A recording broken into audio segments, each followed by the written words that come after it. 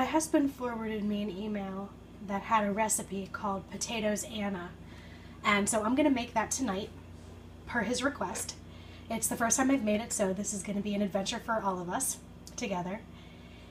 And the first thing that it calls for is to steep some butter with garlic. And so I have all my ingredients laid out here, and we're going to get started on the butter garlic mixture. But just so you know, I have 4 potatoes. The recipe calls for more, but it's just my husband and I tonight, so I'm not going to use as many potatoes. A stick of butter, some Philadelphia cream cheese, the chive and onion variation, garlic, salt and pepper that I've mixed together here, and that's it. So I'm going to take the stick of butter, melt it, and into it I'm going to add 3 cloves of garlic, which I use this pre-cut garlic, the pre-minced garlic, which saves so much time. So that's going to be 1½ teaspoons of garlic I'm going to add. I'm going to let that all steep together for 5 minutes. Now while my butter is melting, I'm going to start slicing the potatoes. And it calls for you to use a mandolin, and I just want to start off by saying that I am by no means a seasoned mandolin user, so you're going to see me give it my best shot. I bought this at Aldi when they had some houseware sale, and this is only the second time I've used it. It has just one of the blades that cuts flat, and then there's this other piece that you use to sort of stab the potato. I'm gonna use that. Well, it turns out that this piece is hard to use if your potato is big, so I'm just going to use my hand until I get down to the smaller pieces, and then I'll try to use that contraption. I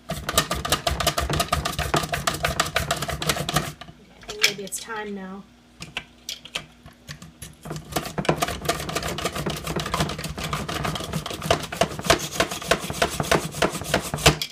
Okay, that's all for that potato. I'm going to do the rest now.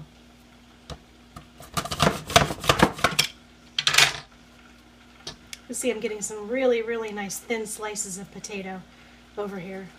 I'm going to finish that up for the other 2 potatoes. Once the butter and garlic are done steeping, the recipe says that you're supposed to strain the garlic solids out of the butter. So I have a sieve here over top of a bowl, and I'm just going to pour it in. You can see what's left behind is that garlic. I'm going to discard the garlic, and we're just going to use the butter. Now the next step is to generously butter the pan that you're going to use. So I'm using a pie plate, and I'll use a pastry brush and butter that. And the instructions say to start putting the potato layers in, starting from the center out. And so that's what I'm going to do. I have a ton of potatoes here. I think it was a good judgment only to use 4 potatoes. You can see how very thin these are. I'm going to do this in an overlapping layer, and then I'll show you what it looks like.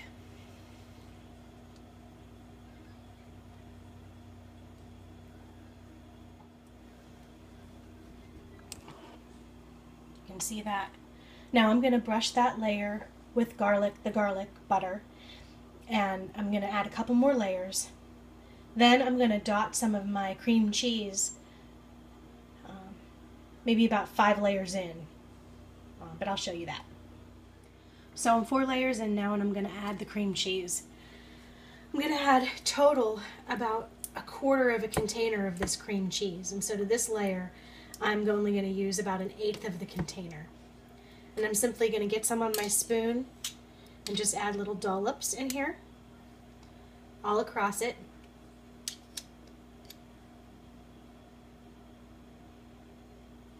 When it melts, it's going to be very good and creamy.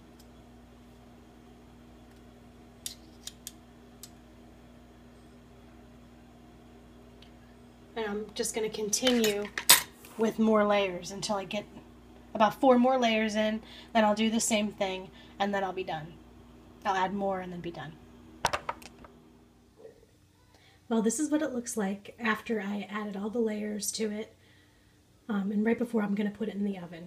You can see here that I did a decorative top. The recipe suggests that you use a biscuit cutter and cut perfect circles, but I searched through my gadget drawer and I know I have a biscuit cutter, I just can't find it anywhere. But I did find a triangle cutter. It looks like it's from something from Pillsbury from, I don't know, probably the 1960s. I have no idea where that came from, but it worked beautifully and it looks pretty, and I'm hoping that it turns out well. So I'm just going to put this in the oven and bake it for 40 minutes at 400 degrees. They suggest testing it at the halfway point to see how tender it is. So I'll do that. Well, here they are straight from the oven. If you've liked watching me cook and you want to see more, please like and subscribe. Thank you.